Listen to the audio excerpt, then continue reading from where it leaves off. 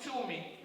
Tukisema usawa wa kiuchumi, manake mwanamke apate fursa ya kutafuta, apate fursa ya kumiliki mali, lakini awe na nguvu ya kutumia mali yake kwa manufaa yake na jamii yake, si ndio?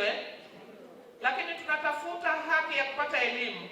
Mtoto wa kike ana haki ya kupata elimu, ya kuelimika na kuitumia elimu yake katika kujiendeleza. Lakini tuna haki ya kupata huduma bora za kijamii kama afya, elimu, tupate miundombinu mizuri ya barabara, tupate maji safi na salama, tupate mazingira mazuri ya kufanyia shughuli zetu, lakini na uwezeshaji ili mwanamke huyu aweze kupiga hatua. Sasa tunapokutana tarehe 8 hii, tunapata fursa ya kujadili haya yote.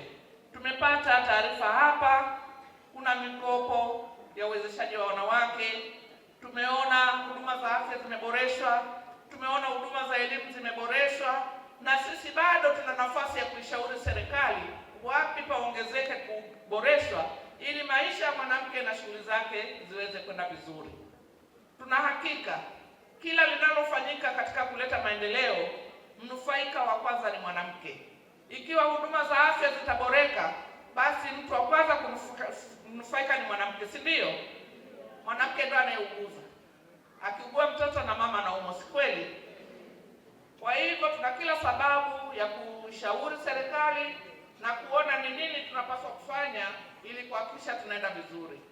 Ndugu zangu, kauli mbiu ya mwaka huu ni haki na usawa kwa wanawake na wasichana, msingi jumuishi kufikia dira ya 2050. Ndugu zangu wananchi, sisi wanawake ndio nguzo kuu ya familia, na sisi wanawake ni nguzo pia ya jamii na taifa kwa ujumla.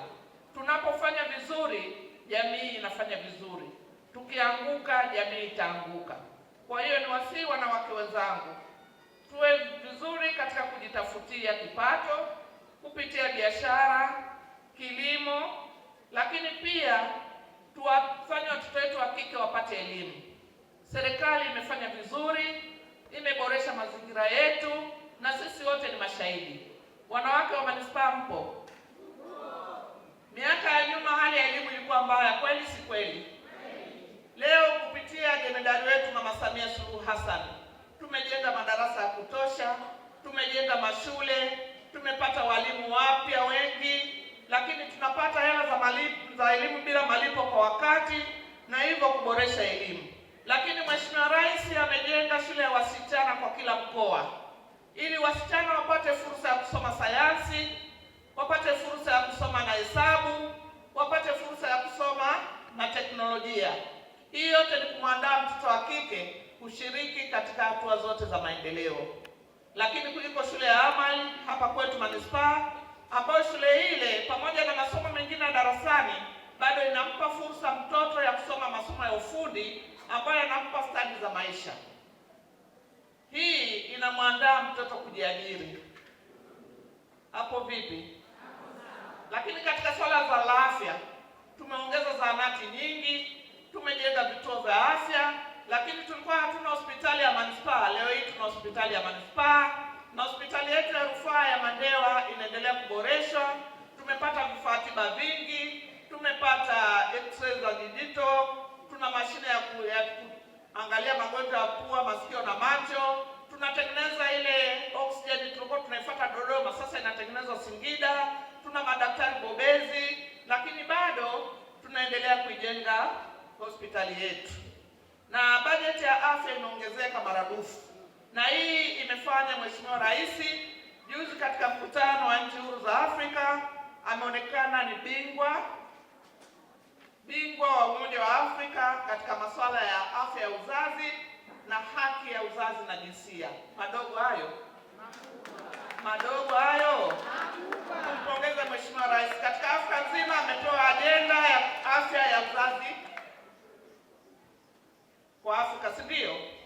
Lakini bado tumepata heshima katika nchi za SADC kuongoza swala zima la upatikanaji wa madawa, kwa sababu imeonekana sekta ya afya Tanzania inafanya vizuri, na sisi tuendelee kumuunga mkono Mheshimiwa Rais na serikali yake kuhakikisha mambo yetu yanakwenda vizuri. Sambamba na hili, dira imelenga pia kuleta ustawi kwa jamii. kwa kuleta huduma bora kwa wananchi. Huduma bora kama tulivyosema ni elimu. Nimesema kidogo juu ya elimu, lakini nimesema kidogo juu ya afya, na hapa naomba niweke msisitizo. Baada ya kuchambua na kuona tunakwenda kuboreshaje huduma za afya, serikali imeweka bajeti kubwa ya afya, na ndio maana siku hizi upungufu wa dawa ni mdogo sana, lakini kuna makundi hayawezi kupata huduma hizo vizuri kwa sababu ya kukosa fedha au uwezo mdogo. Kwa sababu hii serikali imekuja na mwarobaini wa swala hilo, nao ni bima ya afya kwa wote. Ni nini? Ni nini? Bima ya afya kwa wote. Utakapokata bima ile, utaanza nayo kwenye zahanati mpaka hospitali ya taifa, na hivi ninavyoongea wanafanya utaratibu wa kuunganisha mifumo kutoka zahanati mpaka Muhimbili. Madogo hayo? Sisi viongozi tunaona mengi. Mtu anapoa rufaa hana hata nauli ya kufika Dar es Salaam, achilia mbali matibabu. Sasa kwa nini usikate bima yako uwe na uhakika wa kutibiwa wewe na watoto wako? Mnanielewa na hapa Singida? Mnanielewa vizuri? Tujitahidi tukate bima ya afya ili tupate matibabu wakati wote, na ugonjwa haubishi hodi. Ugonjwa unakuja wakati una hela ndio ugonjwa unaanza, si ndio?